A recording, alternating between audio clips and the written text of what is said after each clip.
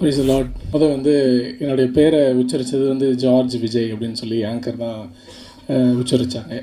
இங்கே இருந்த மேடையில் இருந்த எல்லா பெரியவர்கள் அனைவரும் தப்பாக எடுத்துக்கக்கூடாது. என்னன்னா நான் எப்பயுமே பிளெயின் ஸ்ட்ரெயிட் ஃபார்வேர்டு, அதனால தான் நான் இப்படி இருக்கிறேன்.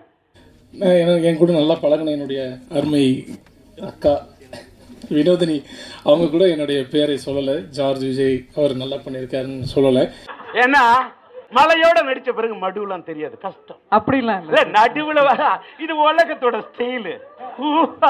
ஏன் சொல்கிறேன் அப்படின்னு சொன்னால், இங்கே வந்து இந்த துறையில் ஜெயிச்சதை தான் தூக்கி வச்சு கொண்டாடுற இந்த துறை. பெரிய ஆளை மட்டும்தான் வாழ வைப்பீங்க, பெரிய ஆளை மட்டும்தான் வாழ வைப்பீங்க.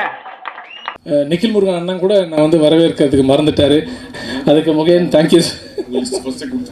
நீங்க எல்லாம் மரியாதை கொடுத்து அதை வச்சுட்டு நான் என்ன பண்ண போறேன்னா மகுடமா வச்சுக்க போறேன். எனக்கு மகுடம்லாம் வேணாம். லிஸ்ட் கொடுத்துட்டாரு, ஆனா கூப்பிடல. ஆனா எப்பயுமே அப்படி மிஸ் ஆகிறது உண்டு தான். அதான் என் உலகம். மேடையில பேசக்கூட என் பேரை சொல்ல, மேடையில ஒரு நாகரிகம்னு ஒன்று இருக்கு. நான் வந்து எதுவுமே குறையா சொல்லலை, ஏன்னா வந்து அன்புதான் எல்லாமே. யாரையுமே யாரும் மறக்கூட. சின்ன எந்த சின்ன ஆள் எப்ப பெரிய ஆள் ஆகும்னு எவனுக்குமே தெரியாது. எந்த சின்ன படம் பெரிய படம், எந்த பெரிய படம் சின்ன படம்னு எவனுக்குமே தெரியாது. இந்த பண்பை கத்துக்கணும், அதுக்காக சொல்றேன். என்ன வந்து மறந்துட்டாங்கன்னா அது வந்து அதை குறையா நான் சொல்லலை, அந்த மாதிரி நடக்கக்கூடிய இதுதான் இல்லையா. இதே முன்னாடி நான் பச்சையா பேசுவேன். அந்த வகையில் எனக்கு வந்து such a wonderful go star வந்து வினோதினி மேடம். இல்ல இல்ல, ஐயோ இல்ல, ஐயோ கூச்சண்டி கூச்சண்டி பெஸ்ட் ஆர்டிஸ்ட் கூச்சண்டி கூச்சண்டி நீலாம் ஓரந்த இடம் உட்காந்துரு. சாரி, நீங்க வந்து ஒரே ஒரு விஷயம் நான் உங்களுக்கு சொல்லிக்கிறேன். மேய்க்கு கொடுத்தப்ப பேசணும், பின்னாடி பேசக்கூடாது. இல்ல சார், இல்ல 10 மாசம் வயிற்றுக்குள்ள பிள்ளைய பெத்தணும், அதுக்கப்புறம் பெத்தா அது பிள்ளையில செத்துரும். என்னையும் நிக்கில் முருகன் சார் மேல ஒரு சின்ன குற்றச்சாட்டு நீங்க வச்சீங்க, ஆனா அதை நான் வந்து கிளியர் பண்ணணும் அப்படின்னு நினைக்கிறேன். It's not argument. சாரி, ஆர்குமெண்ட்டுக்கே இல்ல சார். நீங்க வந்து மிகப்பெரிய ஒரு ஆன்மீகவாதி அண்ட் கடவுள்ல வந்து இப்ப கூட நீங்க ஆரம்பிக்கும் போது உங்களுடைய கடவுளை பிரார்த்திச்சு தான் நீங்க ஆரம்பிச்சீங்க. அது என்னோட பண்பு. நான் வந்து கடவுள் இருந்தா நல்லா இருக்கும் அப்படிங்கிற கேட்டகரி. ஆமா சார். இல்ல சார், அதெல்லாம் இல்லம்மா. நான் என்ன சொல்ல வரேன்னு சொன்னா அதை புரிஞ்சுக்கிங்க. வாழ்க்கையில சபை நாகரிகம் என்று ஒண்ணு இருக்கு. அண்ட் அந்த மாதிரி இருக்கும்போது நீங்க சொல்றீங்க இந்த மாதிரி வந்து கூட நடிச்சவங்க ஆனா பேசும்போது என்ன மறந்துட்டாங்க அப்படின்னு.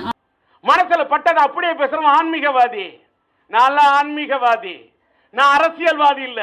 ஆனா உங்களுக்கே தெரியாம கடவுள் வந்து மனுஷ ரூபம் அப்படின்னு நீங்க சொல்லலாம். உட்காருமா, வை உட்காரு.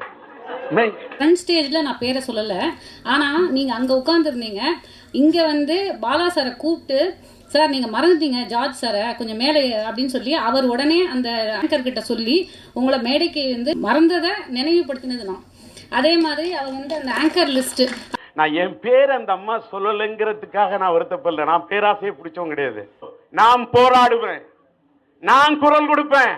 அதனால எப்பயுமே வந்து நான் எப்படி பார்க்குறேன்னா, God comes in positive energy, not only in front of our eyes, but நம்ம பேக் ஸ்டேஜ்லேயும் நமக்கு கடவுள் வந்து நமக்கு ஹெல்ப் பண்ணுறாரு. அதுதான்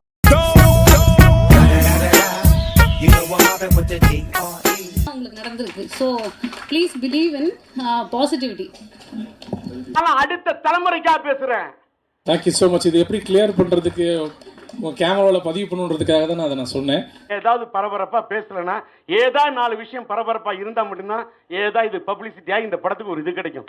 அதுக்காக தான் இவ்வளோ நேரம் பேசினேன். என்ன நீ விளையாட்டா நினைக்கிறாத. என்ன கண்டென்ட் கிடைச்சிருச்சா? இங்க வந்து முதல்ல திரும்பி பார்க்க வச்சாதான் விரும்பி பார்ப்பாங்க.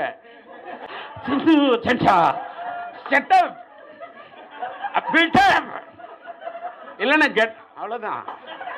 இப்படியே பில்டப் எத்தனை நாளைக்கே பண்ணுவீங்க? பில்டப் வயசாயிடும்.